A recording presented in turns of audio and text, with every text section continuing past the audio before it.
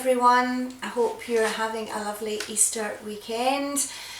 Still not over yet, obviously, Easter Monday, so welcome to you all. Tonight I am going to show you how to make meatballs.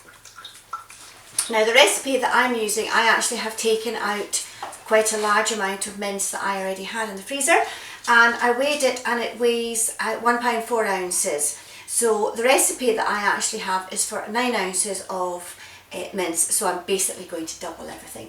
So in my bowl here I have got my mince, I've put a little bit of garlic, some salt and pepper and some mixed herbs.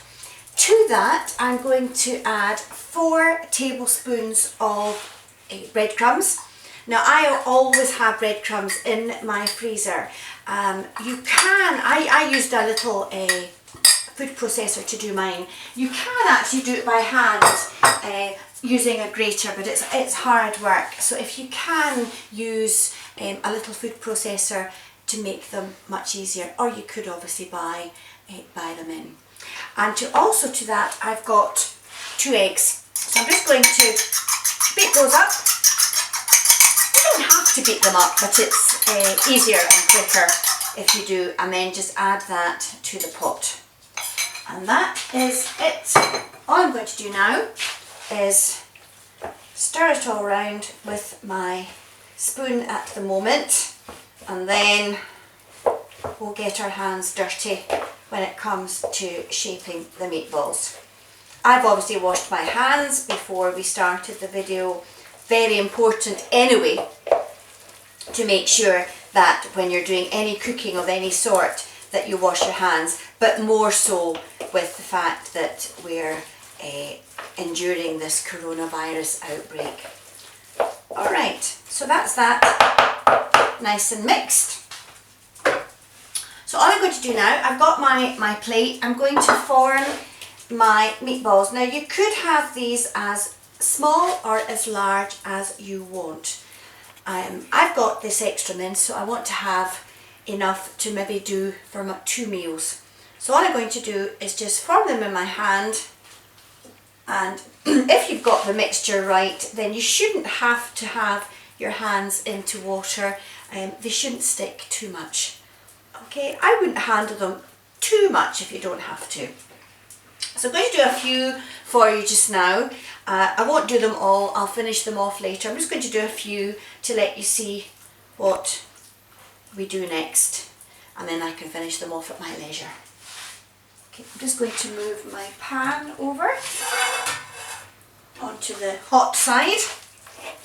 I'll do 4 just now, and then I can finish the rest off, as I say, in a wee while. So there I have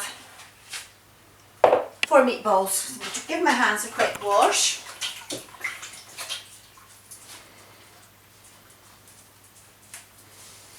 Okay, so once you've made all your meatballs, and I would suggest you put them on a plate like this, just to keep them nice and fresh until you're ready. You could even put them into the fridge if you made them up earlier and you weren't ready to fry them off, but I'm going to fry mine off just now anyway. So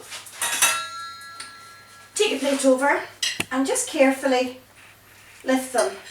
Now you may not be able to hear that, but they are actually sizzling already. Okay. And what I will do is let them brown just slightly.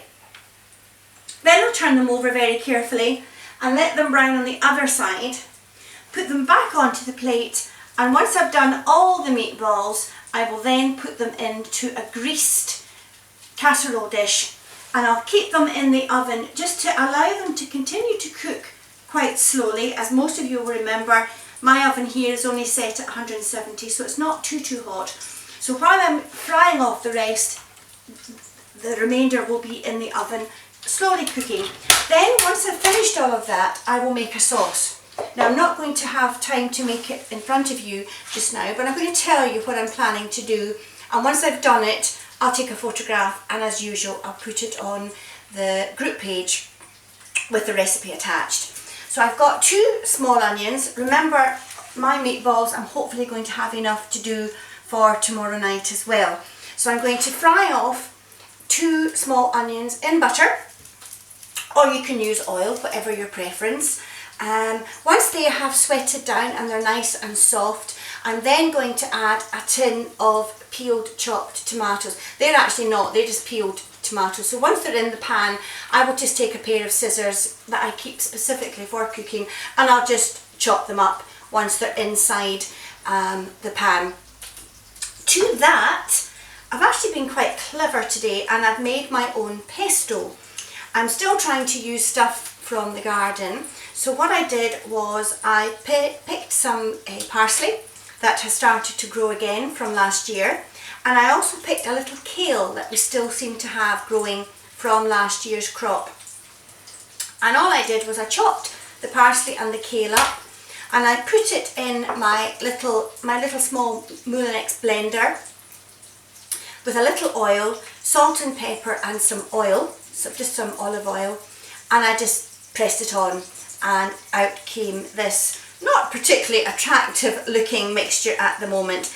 But once I add that to my onions and my tomato, mix it all together, and then I'll pour it over my casserole of meatballs, and it will be absolutely delicious.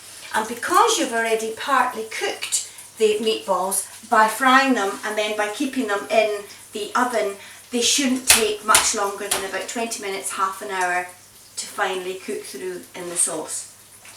So I'm just going to turn these over, and as you can hopefully see, they're starting to brown on one side, just nice and slowly. I don't want to burn them, just lightly brown them in time to go into the casserole, and that will give me time to do the rest of the meatballs. Hope you've enjoyed that, guys. Again, if you get the chance, give it a try, and I'll see you tomorrow. Bye for now.